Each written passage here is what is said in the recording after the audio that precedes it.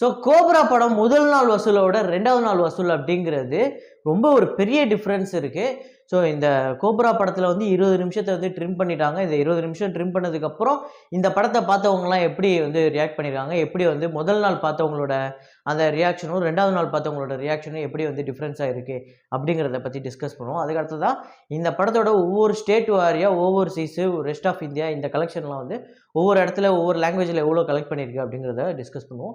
So இது இல்லாமல் cobra ரிலீஸ்க்கு அப்புறம் வந்து திருச்சிற்றம்பலம் படத்தோட பர்ஃபார்மன்ஸ் எப்படி இருக்குது அப்படிங்கிறத பற்றி டிஸ்கஸ் பண்ணுவோம். ஸோ வீடியோக்குள்ளே போகிறதுக்கு முன்னாடி நம்ம சேனலை நீங்கள் சப்ஸ்கிரைப் பண்ணலாம் அப்படின்னா பண்ணிவிடுங்க. பக்கத்தில் இருக்க பெல் ஐகானை அப்படியே ப்ரெஸ் பண்ணிவிடுங்க. வாங்க வீடியோக்குள்ளே போகலாம்.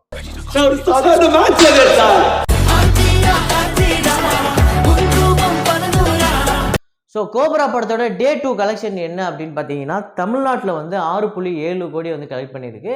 இது வந்து முதல் நாள் வசூல் அப்படிங்கிறது 15.5 கோடி வந்து கலெக்ட் பண்ணியிருந்தது. ஸோ அதுக்கு பாதிக்கும் கம்மியாக வந்து 2வது நாள் கலெக்ட் பண்ணியிருக்கு. அப்படிங்கும்போது இந்த படத்தோட ரிவ்யூ, இந்த படம் வந்து பார்த்துட்டு வந்தவங்களாம் இந்த படம் எப்படி இருக்குது வேர்ட் ஆஃப் மவுத் மூலியமாக தான் இந்த ரிவ்யூ வந்து எல்லாருமே கேட்டுட்டு, சரி புக் பண்ணவங்களே நிறைய பேர் வந்து கேன்சல் பண்ணிட்டு தான் சொல்கிறாங்க. ஸோ தெலுங்கில் வந்து 1.4 crore வந்து இந்த படம் வந்து கலெக்ட் பண்ணியிருக்கு. ஸோ கர்நாடகாவில் வந்து 65 லட்சம் வந்து கலெக்ட் பண்ணியிருக்கு. கேரளாவில் வந்து முதல் நாள் கலெக்ஷன் அப்படிங்கிறது கிட்டத்தட்ட 1.68 கோடி வந்து பர்ஃபார்ம் பண்ணியிருந்தது. இப்போ வந்து வெறும் 55 லட்சம் தான் கலெக்ட் பண்ணியிருக்கு. ரெஸ்ட் ஆஃப் இந்தியாவில் 1.5 கோடி, ஓவர்சீஸில் வந்து 2.45 கோடி. ஸோ ஓவர்சீஸில் ஒரு பெரிய டிஃப்ரென்ஸ் இல்லை. ஸோ வேர்ல்டு வைடு எவ்வளோ அப்படின்னு பார்த்தீங்கன்னா 12.8 crore வந்து கலெக்ட் பண்ணியிருக்கு இந்த படம். ஸோ நேற்று டே 2வோட கலெக்ஷன் அப்படிங்கிறது 12.8 crore. ஸோ இதுக்கு முன்னாடி டே 1ஓட கலெக்ஷன் ரிப்போர்ட் நம்ம சொல்லும் போது 21.5 கோடி அப்படின்னு சொல்லியிருந்தோம். ஸோ அதில் வந்து நம்ம குறிப்பிட்டிருந்தது என்ன அப்படின்னு பார்த்தீங்கன்னா, தமிழ்நாடு கலெக்ஷன், கேரளா கலெக்ஷன், அதுக்கடுத்து தான் கர்நாடகா, ரெஸ்ட் ஆஃப் இந்தியா இது எல்லாத்தையும் சேர்த்து ஒரே கலெக்ஷனாக போட்டிருந்தோம். ஆனால் அதில் நம்ம தெலுங்கு வந்து இன்க்ளூட் பண்ண மறந்துட்டோம். ஸோ தெலுங்கில் வந்து ஒரு 3.5 கோடி கிட்ட கலெக்ட் பண்ணியிருக்கு. ஸோ இந்த படத்தோட வசூல் அப்படிங்கிறது 24 கோடி கிட்ட வந்திருக்கு.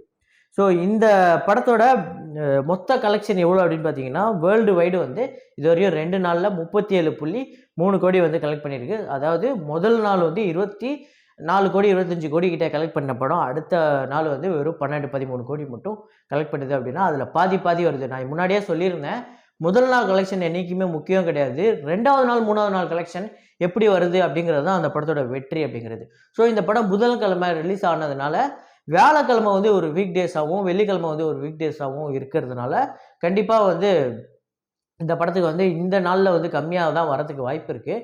ஆனால் சனிக்கிழமை ஞாயிற்றுக்கிழமை இந்த படம் எப்படி பர்ஃபார்ம் பண்ணுது அப்படிங்கிறத வச்சு தான் இந்த படம் ஹிட்டா, பிளாக் பஸ்டரா, இல்லை ஆல் டைம் பிளாக் பஸ்டரா, இல்லை டிசாஸ்டரா அப்படிங்கிறது எல்லாத்தையுமே முடிவு பண்ண முடியும். ஸோ தமிழ்நாடை பொறுத்தவரையும் 22.2 கோடி வந்து டோட்டலாக கலெக்ட் பண்ணியிருக்கு.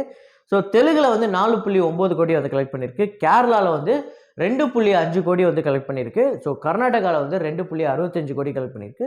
ஓவர்சீஸில் வந்து 4.45 கோடி வந்து கலெக்ட் பண்ணியிருக்கு. ஸோ டோட்டலாக பார்த்தீங்கன்னா 37.30 லட்சம் வந்து இந்த படம் வந்து கலெக்ட் பண்ணியிருக்கு. ஸோ இந்த படம் இப்போ இன்றைக்கி வந்து ஒரு நம்பரை வந்து கலெக்ட் பண்ணும். ஸோ ஒரு 10லேருந்து 11 கோடி வரையும் கலெக்ட் பண்ணும். நாளைக்குமே அதே மாதிரி தான் ஒரு பர்ஃபார்ம் பண்ணும். ஆனால் இந்த சனிக்கிழமை ஞாயிற்றுக்கிழமை அப்படிங்கிறது திருச்சிற்றம்பலமுக்கு போவாங்களா, இல்லை கோப்ராவுக்கு போவாங்களா, அப்படி தேட்டருக்கு போகணும்னு நினைக்கிறவங்க எந்த படத்துக்கு போவாங்க அப்படிங்கிறது இந்த 20 நிமிஷம் ட்ரிம் பண்ணாங்கல்ல, அந்த ட்ரிம்முக்கு அப்புறம் எப்படி வந்த ரிசல்ட்டை வச்சு தான் இருக்குது. ஸோ இனிமேல் இந்த படத்தை யாராவது பார்த்துட்டு வந்து இந்த படம் எப்படி இருக்குது அப்படின்னு சொல்கிறத வச்சு தான் இருக்க போகுது. ஸோ அதை பற்றி நம்ம பேசுவோம். அதுக்கடுத்ததான் திருச்சிற்றம்பலம் வந்து எப்படி வந்து பர்ஃபார்ம் பண்ணியிருக்கு 15வது நாள். படம் ரிலீஸ் ஆகி 2 வாரம் தாண்டி அடுத்தது போய்கிட்டு இருக்கு 15வது நாளை நோக்கி. ஸோ 15வது நாள் கலெக்ஷன் வந்து 1.20 கோடி. ஸோ டோட்டல் வந்து 94.20 கோடி. நிறைய பேர் 100 கோடி ஆல்ரெடி கலெக்ட் ஆகிடுச்சு, 4 நாள் முன்னாடியே கலெக்ட் ஆகிடுச்சு அப்படிலாம் சொல்லிட்டு இருக்காங்க. ஆனால் அதெல்லாம் கிடையாது.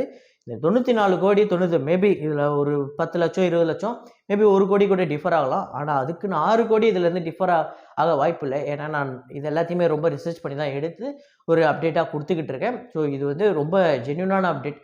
சும்மா ஒரு ஹீரோவை தூக்கி பிடிக்கணும்னோ இல்லை ஒரு ஹீரோவை காலி பண்ணணும் அப்படின்னு நினச்சி இந்த கலெக்ஷன் ரிப்போர்ட்டை ஒரு இடத்துல தூக்கி கொடுக்குறதோ ஒரு இடத்துல வேணும்னே கம்மி பண்ணுற அந்த சேனல் நம்ம கிடையாது. ஸோ என்ன ஜென்யூனான ரிப்போர்ட்டோ அதை தான் நம்ம கொடுத்துக்கிட்டு இருக்கோம். மேபி அதில் கொஞ்சம் முன்ன பின்ன டிஃபர் ஆகலாம். ஆனால் அதுக்குன்னு 100 கோடி கலெக்ட் ஆனதை ஆகலைன்னு சொல்கிற அளவுக்கு நம்ம அந்த அளவுக்கு கிடையாது. ஸோ நம்ம சேனலை தொடர்ந்து பார்த்துட்டு இருக்க நிறையா வியூவர்ஸ்க்கு வந்து தெரிஞ்சிருக்கும் அது. ஸோ கோப்ரா படத்தோட டியூரேஷன் அது வந்து 3 மணி நேரம் 3 நிமிஷம் 33 செகண்டு அப்படின்னு இருந்தது முதல் நாள் படம் பார்த்தவங்க. ஸோ இந்த முதல் நாள் படம் பார்த்தவங்க நிறையா சீன் தேவையில்லாத சீனு, நிறையா வந்து தேவையே இல்லாமல் நிறையா சீன் இருக்குது. ரொம்ப இவ்வளோ பெரிய படம் எதுக்கு? ஸோ இப்போ பெரிய படம் அப்படிங்கிறது இங்கே பிரச்சனை கிடையாது. ஸோ விக்ரம் கூட ஒரு பெரிய படம் தான், டைட்டானிக் கூட ஒரு பெரிய படம் தான், பெரிய டியூரேஷன் உள்ள ஒரு படம் தான், அவதார் கூட ஒரு பெரிய டியூரேஷன் உள்ள ஒரு படம் தான், ஏன் கேஜிஎஃப் 2 கூட ஒரு பெரிய டியூரேஷன் உள்ள ஒரு படம் தான். ஆனால் அந்த 3 மணி நேரத்துக்கு உங்களுக்கு கண்டென்ட் இருக்குது, ஆடியன்ஸை உட்கார வைக்க முடியுமா அப்படின்னு கேட்டிங்கன்னா அப்போ நீங்கள் பண்ணலாம். ஸோ 1 மணி நேரம் படம் கூட சில படம் இருக்கும், 1 மணி நேரம் 1 1/4 மணி நேரம் படம்லாம் இருக்கும். அதெல்லாம் வந்து அப்படியே பயங்கர சுவாரஸ்யமாக போகுமா அப்படின்னு கேட்டிங்கன்னா இல்லை. அந்த 1 மணி நேரமானாலுமே கண்டென்ட் நல்லா இல்லைன்னா உட்கார முடியாது. 3 மணி நேரம் 4 மணி நேரம் ஆனாலுமே ஒரு படத்தை உட்காந்து பார்க்க வைக்கிற அளவுக்கு கண்டென்ட் இருக்குது, அதில் வந்து ரசிக்க வைக்கிற அளவுக்கு நம்மளை கூஸ் பம்ப்ஸ் கொடுக்குற அளவுக்கு ஒரு படம் இருக்குது அப்படின்னா அந்த படத்தை உட்காந்து 4 மணி நேரம் கூட இங்கே உட்காந்து பார்க்குறதுக்கு ஆடியன்ஸ் ரெடி.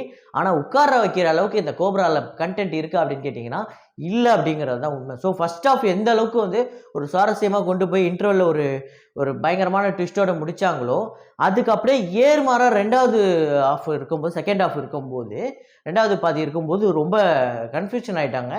என்ன இது, அதுவும் இல்லாமல் நிறையா மேக்ஸ் வருது. ஸோ ஏதோ ஒன்று நடுவில் ஒவ்வொரு சீனு மட்டும் ஏதோ 2-3 சீன் மட்டும் செகண்ட் ஹாஃபில் நல்லா இருக்குது அப்படிங்கிறதுக்காக படத்தை மொத்தமே அவ்வளோ பெருசாக லாங்காக கொண்டு போனது, அப்புறம் கிளைமேக்ஸ் வந்து ரொம்ப சொதப்பி வச்சுது அப்படின்னு சொல்லிட்டு நிறையா இந்த படத்துக்கு நிறையா குற்றச்சாட்டு இருக்குது. அதுவும் இல்லாமல் இந்த படத்தில் நிறைய பேர் சொன்ன ஒரு முக்கியமான குற்றச்சாட்டு காதல் காட்சிகள். ஸோ இந்த காதல் காட்சிகளை நிறையா ட்ரிம் பண்ணிட்டு தான் சொல்கிறாங்க. ஸோ 20 நிமிஷம் அப்படிங்கிறது ஒரு படத்துக்கு முக்கியமான விஷயம். அந்த 20 நிமிஷத்தை இவங்க முன்னாடியே ட்ரிம் பண்ணி இந்த முதல் நாள் பார்க்க வந்த ஆடியன்ஸையும் வந்து ஒரு ஆடியன்ஸாக மதித்து ஒரு எப்படி சொல்கிறது, இந்த எலியெல்லாம் பார்த்தீங்க அப்படின்னா எலிக்கெல்லாம் வந்து ஒரு மருந்தை வச்சு டெஸ்ட் பண்ணுவாங்க, அது உயிரோட இருக்கா இல்லையான்னு. ஸோ அந்த மாதிரி ஒரு மருந்தை டெஸ்ட் பண்ணுற மாதிரி ஒரு இவ்வளோ 3 மணி நேரம் ஒரு டியூரேஷன் இருக்கிற ஒரு சுவாரஸ்யமே இல்லாத ஒரு கதையை இத்தனை ஆடியன்ஸை வச்சு நீங்கள் டெஸ்ட் பண்ண மாதிரி டெஸ்ட் பண்ணிவிட்டு அது நல்லா இல்லை அப்படின்னோன்னா அந்த 20 நிமிஷத்தை வந்து அவங்க கட் பண்ணது அப்படிங்கிறது ஒரு நியாயமே இல்லாத ஒரு விஷயம். ஸோ 20 நிமிஷத்தை முன்னாடியே கட் பண்ணியிருக்கணும் அப்படிங்கிறது தான் நம்மளோட ஒப்பீனியன்.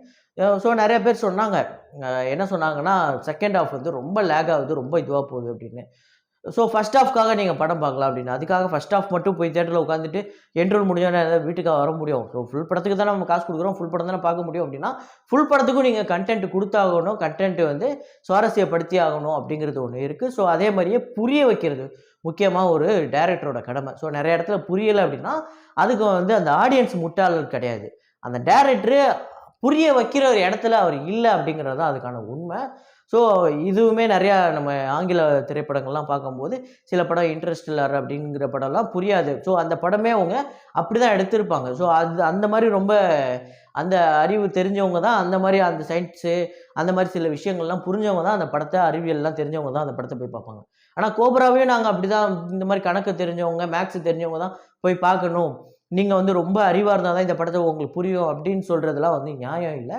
ஏன்னா சியான் விக்ரம் அவர்களுக்கு வந்து 3 வருஷம் கழித்து தேட்டருக்கு இப்போ ஒரு படம் வருது அப்படின்னா ரசிகர்கள் எல்லோரும் கொண்டாட போயிட்டு உட்காந்து குழம்பிக்கிட்டு இது என்ன இந்த இடத்துல இப்படி வருது, இந்த இடத்துல இப்படி கணக்கு வருது, இது எப்படி அப்படிலாம் உட்காந்து ஃபார்முலாலாம் உட்காந்து போட்டுக்கிட்டு இருக்க முடியாது. ஸோ புரிய வைக்க வேண்டியது ஒரு இயக்குனரோட கடமை. ஸோ சாமானியனுக்கும் புரிய வைக்கிற மாதிரி டைம் மிஷின் படம் எடுத்ததுனால தான் இங்கே வந்து இன்று நேற்று நாளை மாதிரி படம்லாம் வந்து வெற்றி பெற்றுச்சு. ஸோ சயின்ஸ் ஃபிக்ஷன் இங்கே யாருக்கும் புரியாதுன்னெலாம் கிடையாது, நீங்கள் புரிய வைக்கிற இடத்துல இருந்தீங்களா கண்டிப்பாக இங்கே புரியும். ஸோ அந்த மாதிரி ஒரு பிரச்சனை இந்த படத்தில் இருந்தது.